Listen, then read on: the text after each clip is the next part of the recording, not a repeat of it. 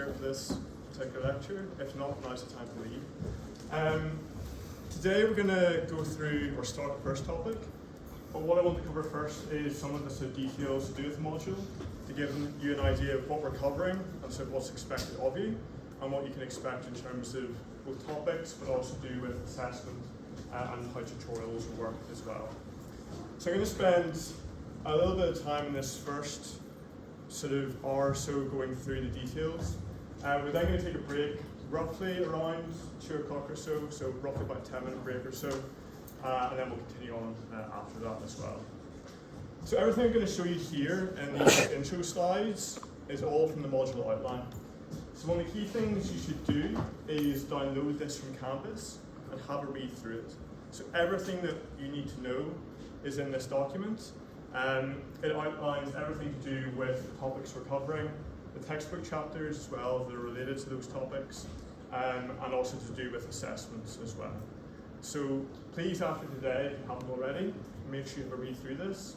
And if you have any questions that occur to you around the module, then you can also give me an email as well. In terms of what this module is aiming to do, is to try and introduce you basically to some concepts around the sort of wider economy, to do with macroeconomics, and it's to take you a step beyond what you've maybe covered in your first year as well. So we're going to look at different concepts, tools, data sources that allow you to understand how the economy operates, and we're going to look at how the economy grows in the long run, and also what can affect that, and also what affects some short-run changes in the economy as well. So things like inflation, employment, and how these are affected by particular events, but also then how policymakers respond. So we're going to think then how government can use policy to affect different aspects of the economy, and we're going to do this within the sort of context of different models. So we're going to use some different models of how the economy is supposed to work, based around supply and demand, but to sort of understand what can government do to change outcomes for people in the economy. In terms of the teaching for this module, you're all here today for the first lecture. So we're going to have this lecture every week from weeks 1 through to 11 for 2 hours in this room. And this is the main area where we cover the module material. So everything that ultimately is assessed in this module, you'll first come across in the lectures. And the lecture notes for the module will be uploaded every week in terms of what we're covering. So those will be available through Canvas as well.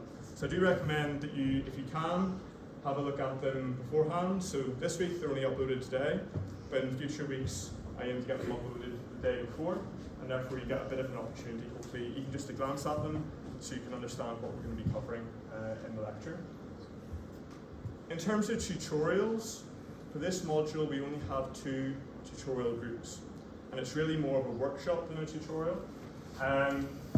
These will take place on Thursdays at both 3 p.m. and 4 p.m, so straight after the lecture. And in these we'll be going through different tutorial exercises that will be posted on Canvas.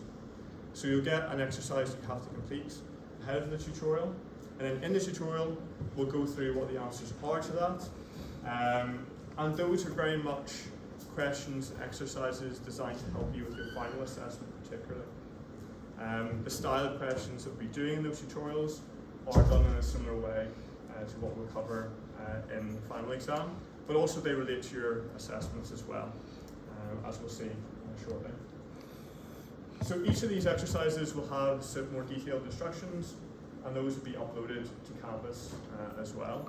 So those will be available for you well ahead of time. So those will be uploaded basically on the Thursday for the following Thursday. So you'll get a week to do each of these exercises. And the answers will be provided for the core questions we do and that are set ahead of time. But we will do maybe a couple of extra exercises in class that are extensions of maybe what we were doing in the main questions.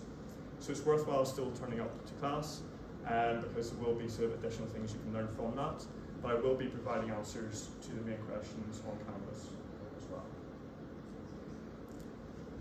In terms of the feedback that you get for this module, there's sort of 2 main avenues for this. So if you want to speak to me in more detail about something, I have my consultation hours or office hours. I'm reasonably flexible around this, so rather than just simply having a 2-hour period in the window where that's the only time you can come and see me, if you email me, we can arrange to either meet in person or you can email me and I can get back to you via email if that suits you better, or we can have a Teams meeting as well. That's also an option. And in terms of your sort of feedback on how you're doing, the main avenue for this is through the tutorials, so you can see how you're progressing relative to what we cover in the tutorials. But also, we'll be doing assessments during the semester. So the marks that you get will give an indication of how you're progressing as you work towards that final exam as well. In terms of the module topics that we'll be covering during the semester, we have 8 in total. And as you go through these, they do get more difficult through the semester. So the first couple of weeks, we're basically doing some introductory topics. So introducing you to some of the key definitions of macroeconomics. But once we get to topic 3, we're getting into some more of sort of the modelling side of what's happening in the economy overall. And we'll be applying those to different situations as well. So you may think at the start this is all very straightforward, and that's a good thing. That means you have a good background already in what we're doing. But as we get further into the course, it does become more difficult. So it's one of those things to try and keep up with the material is quite important, and that's why the tutorial exercises, completing those, and maybe having a look at the textbooks is very important as well. In terms of textbooks, this course doesn't have any single textbook. So there's no one textbook that we use all the way through. It's built up from 3 different textbooks, but there is one which, if you really, really want to buy a textbook, I would recommend the first one, the Macroeconomics by Gregory Mankey, which is this textbook. So this is available in the library as well, and this is the 2019 edition. Most of the module readings, or all the chapter readings for this textbook relate to this 2019 edition. So they do match with what's in the library, but you can pick one up relatively cheaply as well online. There is an alternative one there that's a European edition. They're quite similar, albeit not identical. And then there are 2 other ones by Berda and then one by Blanchard. They're useful as well. They do cover some areas slightly differently, but they can be useful to look at as well. And they are available in the library, so if you want to look in more detail at a particular topic, you can also have a look at those as well. I do recommend trying to read the textbook chapters if you can, because they go into more detail than what we'll cover on the lecture notes. And the lecture notes are there to give you a good foundation in terms of the material, but the textbook chapters allow you to go into more detail. Maybe if you're not fully understanding something immediately, they're there to help support you learn those particular areas as well. So I do recommend if you can get a copy of a textbook, but they are available in the library as well. There are 10 copies of that particular textbook. There are 96 of you in this class, so you're not always guaranteed to get one. So that's just something to keep in mind as well. In terms of further reading as well, you're recommended to sort of broaden your horizons in terms of what you're reading. So the Journal of Economic Perspectives here has quite accessible articles to do with current issues in economics and macroeconomics. And if you haven't already in your time at Queen's, please do sign up to get access to the Financial Times. So you have free access as students at Queen's to the FT, and whenever you're doing one of your assessments, you may find that beneficial to use that access. So please do make use of it. It is something that's linked here on these slides. It's also linked on Canvas as well for you to be able to log in and access it. In terms of the assessment for this module, there are 2 main pillars of assessment. We have the continuous assessment, which is worth 40% of the module, and we have the final exam, which is worth 60%. In terms of the continuous assessment, it is split up into 2 main areas. So the first part is worth 15%, and it's 3 multiple choice quizzes during the semester. Each of those is worth 5%, so they are quite small overall. However, they add up in terms of how you perform. And these will approximately be taking place in week 6, week 9, and week 11. So I haven't confirmed yet the exact dates of these, That's partly because you're all from different programs.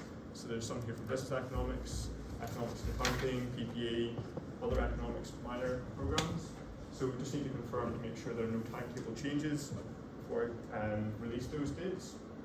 But each of those multiple choice quizzes will be an hour long. You'll only be given 7 or 8 questions, so there aren't that many you have to do. But it is obviously time limited.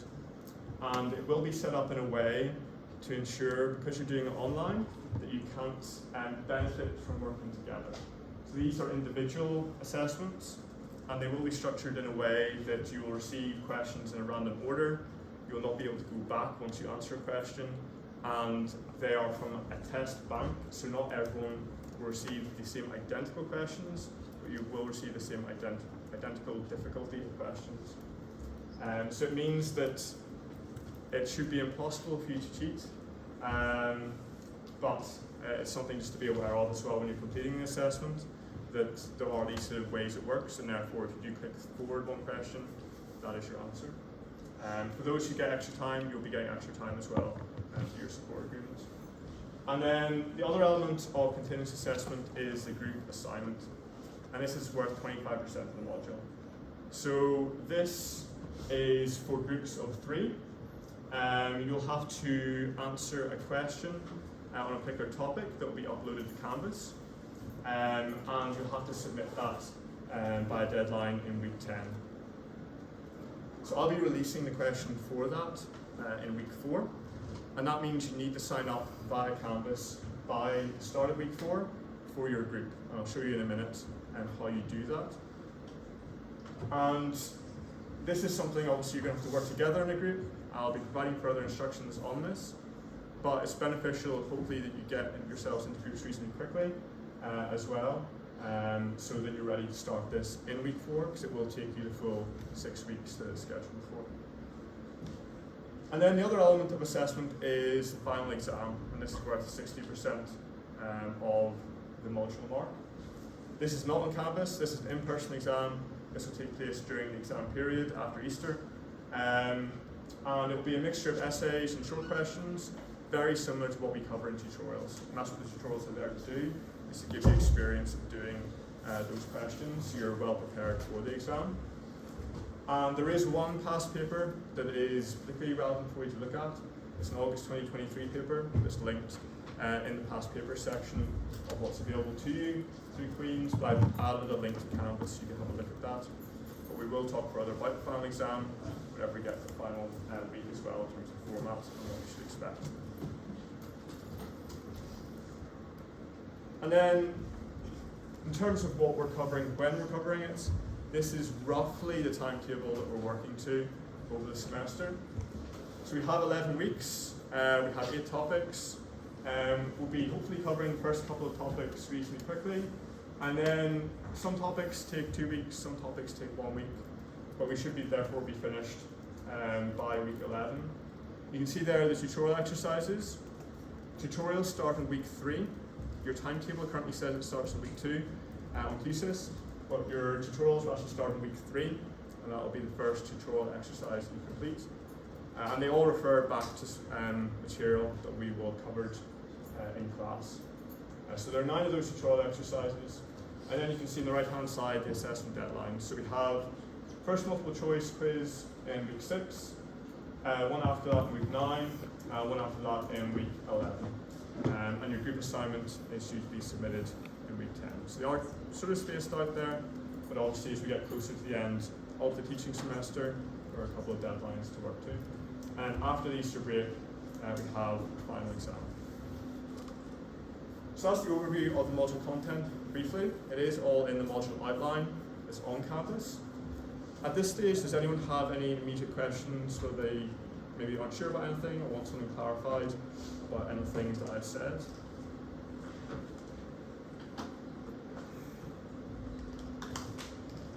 Well, if you have any questions, you can email me. But obviously, if there's anything that occurs to you even today, you can come up and ask me at the end of the class as well. And as we go through the material as well, always remember that you can contact me if there's something particular that you're unsure about as well. Okay, we're going to get started on our first topic. before we do, I'm going to see whether or not one of these windows opens in this building, just to try and reduce the temperature as well. But then we'll get started after like a 1 minute break on this first level.